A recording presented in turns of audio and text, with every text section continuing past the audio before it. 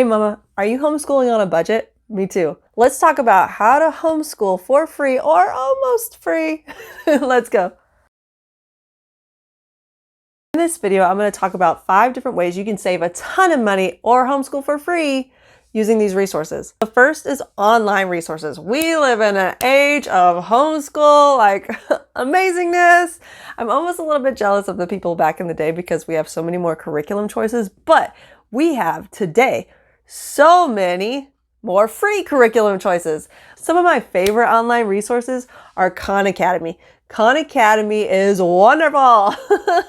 That was something that helped me get my degree in physics, and now it's something that my sons use for their whole math curriculum. It's free, it has the lessons, they have videos, they have quizzes, they have assignments, they have tests. It's so wonderful. It's so wonderful, especially if you're not a math person. It helps so much. So go ahead and check that out if you're wanting to homeschool for free or homeschool on a budget. Another free online resource that we have used is Easy Peasy Homeschool or All-in-One Homeschool.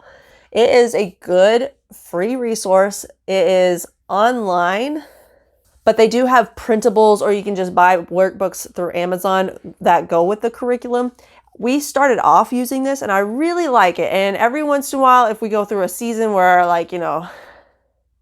we're moving or something really big happens, we'll fall back on Easy Peasy because it's so reliable and it's just a good curriculum. It's just a good curriculum. It's something we don't use now, but that isn't to say we never will use it again. It's got everything from kindergarten up to high school for free. How awesome is that? The second way that you can make homeschooling free or almost free or homeschool on a budget is use the library. This is a given, but it's something that I cannot stress enough. Now, your library may look different right now in this whole pandemic. It may have, where you order online and you go pick it up, but whatever it is, if you have it in person or online, use it, use it, use it. It's going to save you so much money if you have the calendar scheduled so you don't rack up late fees. So if you are using the library, be sure to use your calendar too and fill in when you need to return things so that you don't make the library an expensive experience because it can be such a great free resource that we all take for granted. I love the library. I love the library. I love the library. Whether you're making your own curriculum or just figure out books to read for your kids, whatever, it's there at the library. Use it. Third way that you can make homeschooling free or almost free is to seek hand-me-down curriculum. A lot of homeschool families in your area may have curriculum that's already been written in, but whatever, you can still use it and create curriculum from that for free. A lot of people just buy a lot of curriculum and it doesn't work out for their kid for whatever reason, and so they have to sell it back or they sell it used, and this is a great way to save money. It may not be free, but it is a great way to save money. You can also find curriculum at used bookstores that are just discounted like crazy because they are used. Be sure to find those hand-me-downs or seek it out at your local used bookstore. You can find a lot of discounted curriculum that will save you tons and tons and tons of money. The fourth way that you can homeschool on a budget is virtual field trips. Once COVID hit, it was such an exciting thing to see all these different museums and like zoos and all this stuff, live streaming stuff for their patrons or making these field trips for free for everyone. And they are still up to date. I'm going to go ahead and link down an article that has a ton of resources for you.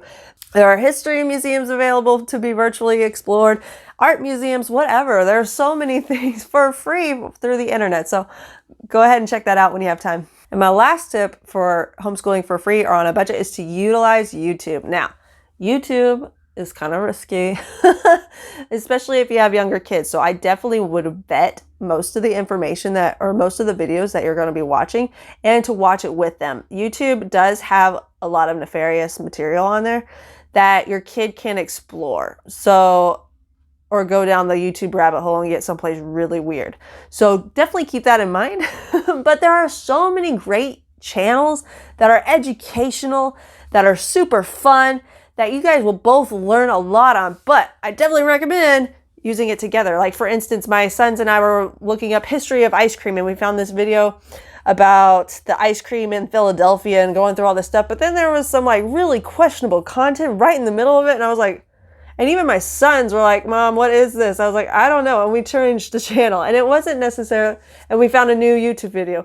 And it wasn't necessarily a bad thing that we watched it together, but we were able to talk about how, like, why do you think they put that in there? Was that necessary? Do we need to be making choices like that when we make stuff? No. And so it was a good learning experience, but when you use YouTube, be careful.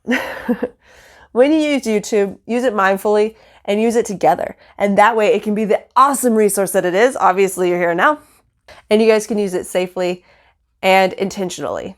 So those are my 5 tips on how to homeschool for free or almost free and how to homeschool on a budget. So fist bump, we got this. I look forward to seeing y'all again next week. I'll see you then. Bye.